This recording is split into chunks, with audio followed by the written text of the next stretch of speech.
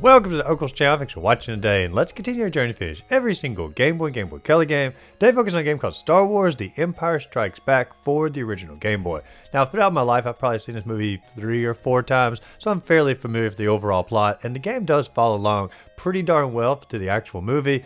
But as far as like a game itself, this is a pretty tough Game Boy game. I believe it's the exact same as the NES game based upon the maps I had to use to actually get through this. The game is pretty cryptic, it's pretty hard, and there's even one spot where I actually get hard locked in the game, I have to restart the entire game over. However, even though it has all that going against it, I still enjoyed the game like as an overall, and so far from perfect. But it does have a little bit of a soft spot in my heart just for some reason or another. We're going to go through all that and more as we journey through Star Wars The Empire Strikes Back for the Game Boy. Now, this particular game did get moved up in our queue a bit because Nathaniel Miller requested I cover it sooner than later. So I just moved up in the queue. Just a game that you want to see me cover sooner than later, let me know the name of the game in the comments down below. And just like Star Wars Empire Strikes Back, I'll move it right on up in the queue. Now I can start the videos off looking at the box art for the game. And the box art here looks like it's directly from the film itself. Depicting the Battle of Hoth here. You got the AT-ATs in the background firing away at the... wouldn't be the X-Wings, it'd be a different ship of sorts.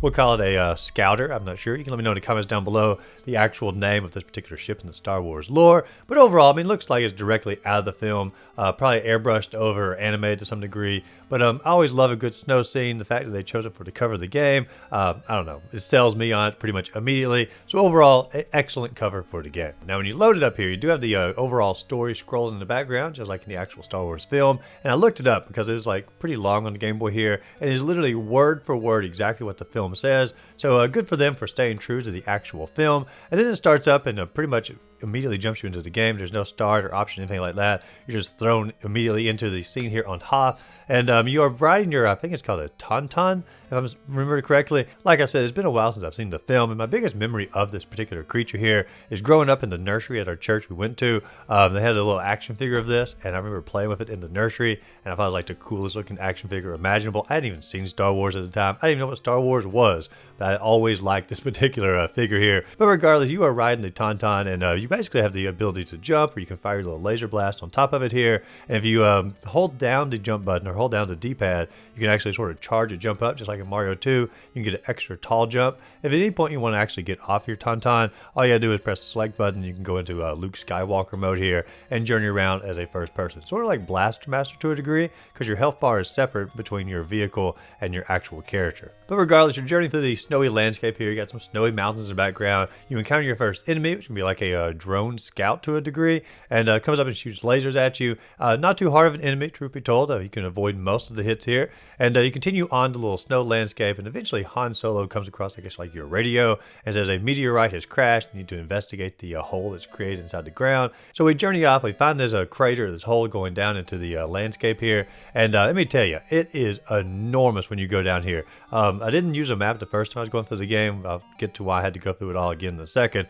But I'm going to put the map on the screen here just so you can see how enormous this actual level is. And this is the NES map for the game. Evidently the NES and the Game Boy game are exactly the same because all the maps were completely interchangeable and no one's taken the time to put the Game Boy maps online. So I did use the NES ones here, but look how enormous this is. And the idea is you're going to explore it all and like keep in your mind exactly what you've explored, what you haven't explored. It's very, very easy to miss things, and I did miss things my first time going through it. But I journey off as I fall into the hole off to the right, and I immediately see some, I think they're called Wampas, like the abominable snowmen up in the right here. And I can't get over there, so I have to get off the Tauntaun, you know, let Luke Skywalker mode here. But I get up there and begin firing away at him. And anytime I kill one off, it pretty much respawns immediately, because the respawn rate on this is anytime you leave the screen and come back on it, the enemy pretty much always comes back. It's not one of those games where they just sort of disappear and they stay gone, you know, for the entire journey. They're always going to respawn, so you have to pretty much hop over on the ledge itself and begin firing away. And then they start rolling at you. They take away a pretty decent amount of your health, but at the same time, you're also able to fire away at a pretty decent rate. And so you can take them out. Anytime you kill an enemy, it's going to drop a little heart to refill some of your health. But once you've taken them out, you do get a little lightsaber icon here. So now you actually have the lightsaber in your inventory. If you press select and you're in Luke Skywalker mode, you can swap over from your gun to a lightsaber. And it is more powerful than the gun. But at the same time, you're going to have very close combat here, and you're probably going to get hit in the exchange. But I continue on exploring the giant hole here. I end up coming across a little wall. I blast a hole in the wall, which is purely coincidence. I mean, the level is so huge on its own, you wouldn't expect to have like fake walls that you can break through. But you break through this fake wall here, and then you encounter the true Wampas in the game, who are actually like the larger size than Luke Skywalker, probably like the ones that actually like attacked you in the movie. But let me tell you, when you actually start fighting this creature in the game and you're using your gun like I was, let's have a safe distance here, is a literal 1 minute long fight, just firing away. They can't hit me, I'm just firing away. I timed it on my little clock here. It was a solid minute to even kill this creature. And once you kill him off, you journey a little bit further and you encounter another one, another solid minute to kill off this creature. You are very, very much or vastly underpowered, at least in the until you learn some force moves here in a second. But you journey along this path and you eventually get to an area that's going to give you a force move that you can use. Now the force move that I collect here is going to be like a speed walk. In order to activate the speed walk, you just press pause and you select the force move that you want. And that's the only force move I have at the time. So you can select it and then Luke moves at a much faster pace throughout the environment until the little force meter disappears down at the bottom. Now there are 8 force moves that you can collect and they are very, very valuable, or at least some of them are. And I'm going to learn that the hard way as I continue the process. But from here, I'd sort of navigate down to the bottom part of the cave here. I journey across like a little ice swamp, some very precarious little jumps you have to make here, and you journey into like a ice crystal cavern of sorts, and like little bats are coming down trying to attack you. It's overall a good environment. I do like this level. It's just a little too large. And when you get to the very end of it here, you have to fight against a massive drone. And once again, you just sort of position yourself off to the far right hand side. You can angle it up there and you can take the drone out without really having to fight him pretty much at all. Honestly, like every boss in the game is going to have some sort of exploit. And if you know much about my channel here, I do an entire series on like cheesing Souls bosses and all the bosses in games. I love finding exploits, and so I'm going to find them in this game as well. Stand off to the right hand side, fire a diagonal, have him taken out. I'm not going to say no time because you're very underpowered, but you will have him taken out with very minimal damage. Now, level 2 is going to be very, very faithful to the film. It's going to be at the Battle of Hoth. You have your little spaceship scooter here. You're approaching the AT-AT. You can fire out your grappling hook rope, and you can basically wrap it around the legs here, cause the AT-AT to fall down and be destroyed. You can also get out of your little spaceship here, journey up to the AT-AT itself, throw like a little grappling hook up and sort of hover up there and, basically rip the innards out of your lightsaber, journey back out here. And so you're overall destroying the AT-ATs feels very, very close to the film itself, and it's also just a really fun level to go through. Not overly difficult, not overly complex here, just a fun re-rendition of the actual scene from the movie, and I really do appreciate that. The only other game I've played that actually had a pretty good re-rendition was Shadows of the Empire for N64. They also had the same battle here, and it was truly excellent in that game. Obviously, the N64 one's better because it's a little more complex and more immersive. But this here, the environment's captured, the graphics are captured, the overall feel is captured. Excellent, excellent level for a Battle of Hoth. Now, the third level here is going to take place inside the Rebels base or the hangar. You can see in the background all different ships that are sort of under construction that they're working on. Overall, once again, good graphics, good aesthetic for the game. And obviously, the stormtroopers are starting to take control here. They begin to fire at you as you journey through the level. And just like the enemies in the first level here, if you pretty much just sort of keep firing away at them just constantly, you'll probably take them out before they can do too much damage to you. And they're also going to drop some health, so your chances of dying are fairly slim with these smaller enemies unless you just sort of get overwhelmed by them. But they're also going to introduce a new enemy, which is going to be the, I looked it up, make sure I got it right, the AT-ST robot from the Star Wars movie. And this is obviously a little bit more powerful. And if you get off to the right hand side and you try to use your laser against them, my lord, like I barely took any damage off and I stayed over here for a good while. Finally gave up on it, continued on my little journey here, came across a force move, which can be a lightsaber upgrade. If you use the lightsaber upgrade on these AT-STs, you can take them out much, much quicker. But as you continue on through the level, eventually Han Solo comes across and says, hey, there's an AT-ST that's actually being under construction, and it's a possibility that you can take it over. So you journey down there, you hop onto it, and now you are in control of the AT-ST journeying through the level, and it allows you to walk on different platforms that you couldn't walk on normally, like a little bed of electricity or a bed of electrical wires or exposed. You can now walk across that like little lava beds. You can walk across that, and obviously you have a much bigger fire range here, taking out different enemies as you go. Now as you're going through it, obviously eventually you have to get out of the AT-ST. You do possess another one as you go. You get another force move at some point, which is going to give you an upgraded laser as long as you have that equipped. It's not going to look any different on your character itself. You're just simply going to notice the damage meter of the enemies is going to go down a whole lot faster, and your force meter is going to disappear when you are using it. And the boss level is going to be once again a stormtrooper controlled AT-ST. And by this point, you have the upgraded lightsaber, you have the upgraded laser. You can take him out in pretty much no time. Now at this point in the game, I guess the Jedi Council looked at your performance and judged it inadequate because they're now sending you on a mission to find Yoda, and you have to journey off to his home planet for the next 2 levels here to complete your Jedi training. Now, as far as like levels go, this is probably my favorite level in the entire game. Well, I don't know. The Battle of Hoth is pretty epic. As far as like the 2D levels where you're actually just simply using lightsabers and your force moves, this is the best of this type of level. Because as you journey through it, like the background aesthetic, wonderful. Looks like it's directly out of a, the medieval swamp here, the Yoda swamp. And overall, just a great aesthetic in the background. But the enemies you go against all look like they're completely crafted by Jim Henson himself. And yes, I know Jim Henson worked on the Star Wars movies, but like the little leaping frog here, straight out of Jim Henson. This little critter that comes out of the woodworks, straight out of Jim Henson. Even like the cool giant spiders and like this giant praying mantis you go against, all the creatures in this level are just truly top tier. And I also enjoy like the overall exploration as well, like climbing up these trees, hopping off these giant leaps to sort of see how far you can go on it. I don't know, like I really enjoyed this level as an overall. And you basically just have to keep climbing the trees all the way on the far left, and you journey all the way back to the far right, and you're going to find Yoda. Now, when you find Yoda, he then says you need to complete your Jedi training, and the next level looks pretty much identical to the level before it. I sort of journey through it. I don't explore too much. I sort of keep the main core path here. I get to the end, and there's Darth Vader, which I assume is like a spirit ghost or a spirit summon. That's not what it's called. Jedi ghost? No, that's not what it's called either.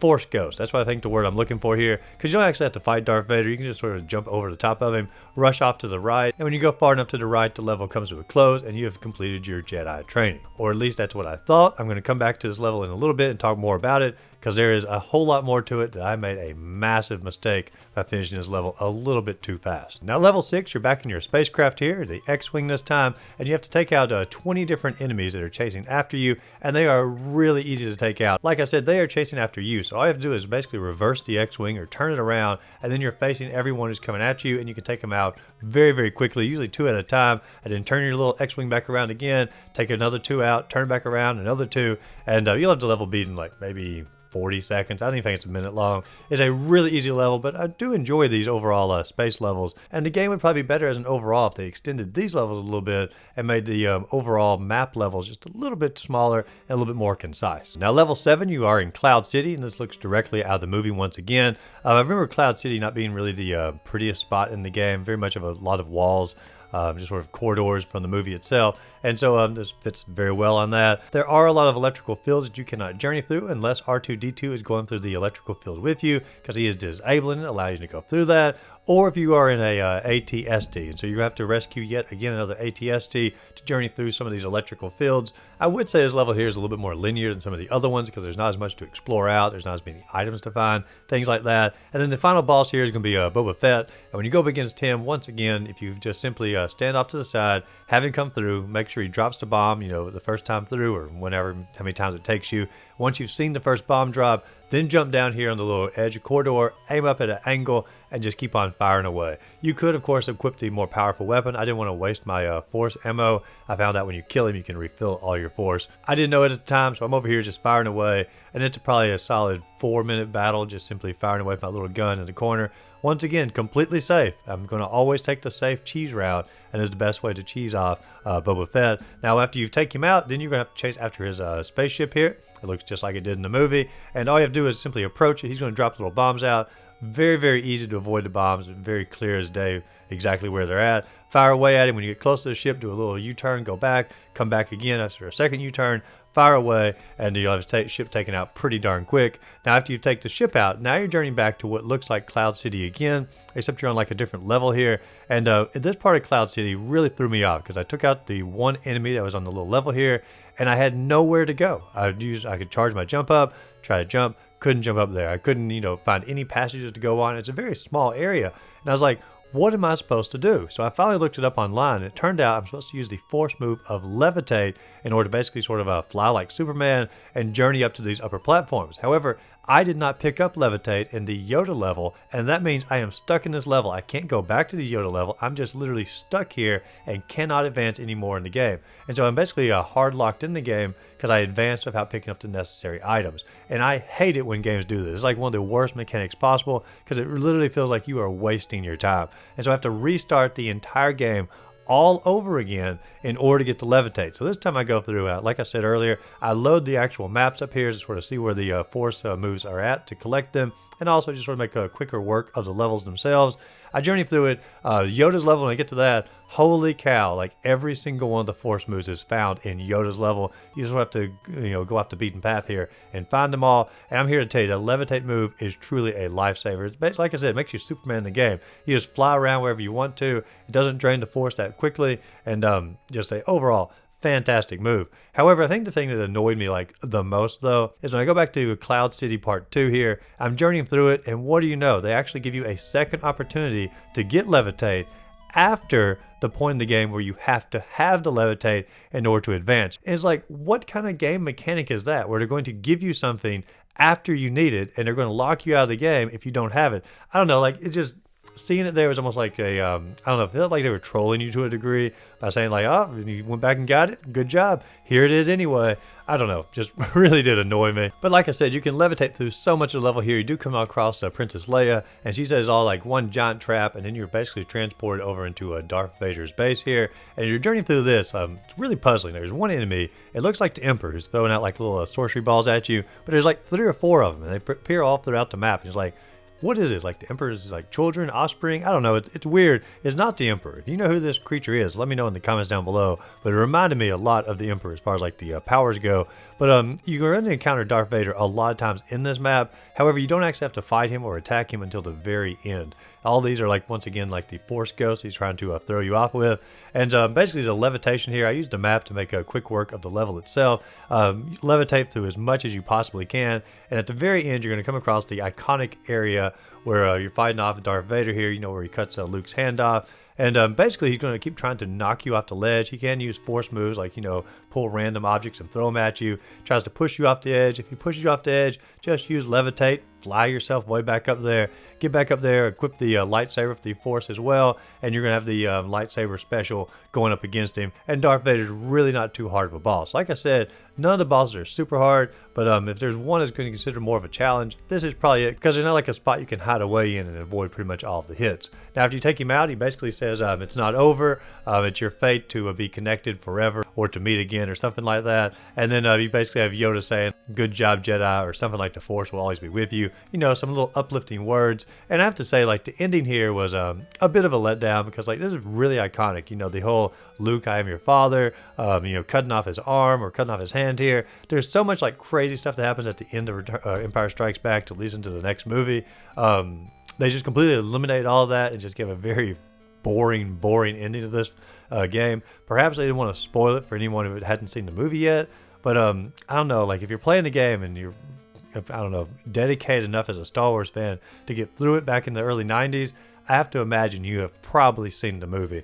And so I feel like they probably could have spoiled it and not to worry too much about it. I mean, like, think about it. The movie came out before this game, like, a solid 15, 20 years. Yeah, they should have definitely included the ending for the game here. But regardless, let's talk about the game as an overall. Now, like I mentioned earlier in the game, you can get hard locked in the game as far as like getting to a level, have no way of going back, and you do not have the item that you need. And that is very, very frustrating in the game. And I feel like at this point in the video game landscape, where I'd like someone playtest the game to make sure these things couldn't happen, but somehow this one like sort of slipped under the door when it came to that. But also the idea that some of the levels here are just a little bit too ambitious. Like I said, the maps are just truly enormous, and like the number of enemies you're going to encounter just continues to respawn, and the idea of how many hits the enemies end up taking, and also like some of the jumps are a little bit harder to make, and then when you do die you have to restart the entire level all over again. And so I feel like it's a little bit of an overload to try to embrace all this landscape with such a harsh punishment at the same time. But like I said, those are the negatives in the game. I actually still enjoyed this game as an overall. I liked the landscape, I liked the graphics, I really enjoyed the spaceship levels in the game. I enjoyed the force moves once I learned like exactly how to use them, or at the idea I had to collect them. I think it's cool you have all these different options like heal yourself or take mind control or levitate. Like the levitation is like broken in the game, it's so good. But I enjoyed the idea they actually tried to make it feel like you are a Jedi journeying through this. And so like overall, it's still a fun game. But if you're going to go through it to make it a little bit less of an overload, just simply load the maps up on like a secondary computer here, have the maps ready to go, help you journey through the level exactly where you need to go, and it's going to make the experience a heck of a lot more fun and a lot more easier for you at the same time. So overall, I'd give the Empire Strikes Back, I'd probably give it 5.5 out of 10. I feel like that's fair. There's a lot of things wrong with it, but I still enjoyed it as an overall. If you're a Star Wars fan and you got the maps, I think you would enjoy it as well. If you enjoyed the video, be sure to like and subscribe to the channel. Check out my other videos listed up above, and go out there, find a great game to play. Simply have a great rest of the day.